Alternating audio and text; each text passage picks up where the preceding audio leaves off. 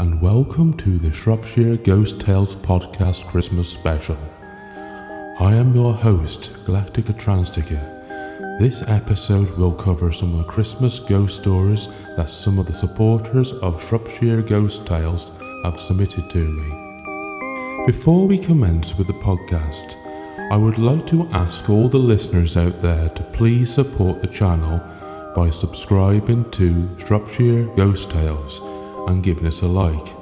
Also, I would like to mention that we are now on YouTube.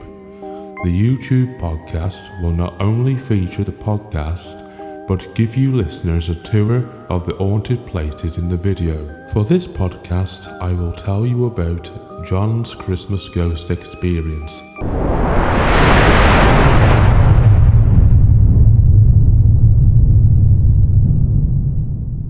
In the winter of 1997, John and his wife Laura had just moved house from living in Kent, where he had moved to a small cottage in the county of Shropshire. It was closely approaching Christmas, and they had just only finished moving the furniture and making the cottage more homely. The cottage needed some renovation work, as the cottage had been unoccupied for 3 years. John, which was a builder, took on the work in hope of creating a nice home for himself and his wife in the country. John began renovating one of the bedrooms to convert it into an office, so he had somewhere to do his business work. Whilst he was replacing some of the floorboards in the bedroom, he found an old book underneath the floorboards. At first, he said he was excited, as he thought he had found a time capsule that one of the former owners had left. However, after he had cleaned off the dust, he quickly realised that the book was more sinister than he thought. What he had found was a book about witchcraft. The book had strange symbols in it, as well as spells and hexes. John said that he couldn't read the book, however, as the text was written in another language. John said he just dismissed the find and put the book into the loft without telling his wife, as it may scare her. John said that he just carried on with converting the room. Christmas Eve came, and John and his wife had their daughter and her 2 children around to spend Christmas with them. This was when strange things started happening. John said that at 9 p.m. his daughter had just put her 7-year-old son to bed in the spare room, as it was Christmas Day the following day. Around 11 p.m, whilst John and his family were talking downstairs, Laura said she could hear a man's voice talking to her grandson upstairs. Laura went upstairs to check on her grandson, and as she went into the spare room where her grandson was sleeping, her grandson was sitting on the floor talking to thin air, as there was nobody else in the room with him. Laura asked her grandson who he had been talking to. Her grandson said that he had been talking to his friend Mikey. Laura just dismissed the idea and just thought that her grandson had been talking to an imaginary friend, as children do. Laura went back downstairs and told her daughter what had happened, where her daughter had said that her son had never done that before. Christmas Day came, and the children opened their presents from under the Christmas tree, and later they had their Christmas lunch, and everything seemed fine until around 7 p.m, when the family had just done the washing up and were settling down for the night. This was when John and his daughter started hearing footsteps upstairs in the spare room. John quickly rushed upstairs thinking that there was a burglar in his cottage. He said that since the cottage was detached and far away from other properties, there was no chance it could have been a neighbour. As John got to the door of the spare room, he said that he could hear the voice of a man in the spare room. John started to feel afraid at this point, in case a burglar was to attack John.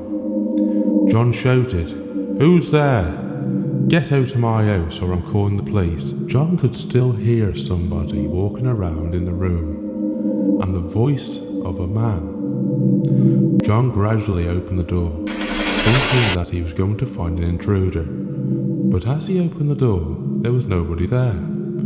John said he searched the whole cottage, but did not find anybody. Boxing Day came, and John's daughter was getting ready to go back home with her children. She had just been cleaning up after the children after a day of celebration. She was in the spare room upstairs packing away the children's clothes when she started hearing footsteps again in the room with her. At first, she just thought it could be the floorboards creaking, as it was an old property. But then things started to get more sinister as John's daughter started to hear heavy breathing in the room with her. Suddenly, the bedroom door started to close by itself. John's daughter said that she could see the door handle moving all by itself. John's daughter started to panic and ran as fast as she could out of the room back down the stairs. At this point, John's daughter was in a state of shock where she told John's wife Laura what she had just experienced. Later that day, John's daughter left the cottage and went back home.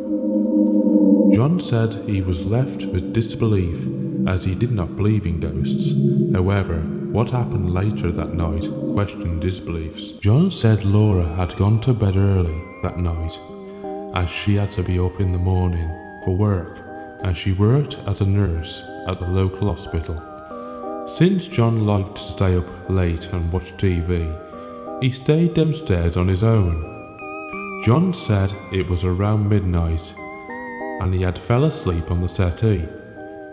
When he woke up, the television had gone off air for the night, and all there was a white flickering picture on the TV. John got up off the settee after realising it was 3 a.m. in the morning. But as he went to turn off the TV, he began hearing the same male voice in the room with him. He said the voice sounded like chanting. John quickly dismissed the voice and reassured himself that he was probably just imagining things as he had had a long day. However, what happened next made him think again. Suddenly, John said he saw a black shadow cross from left to right in the kitchen.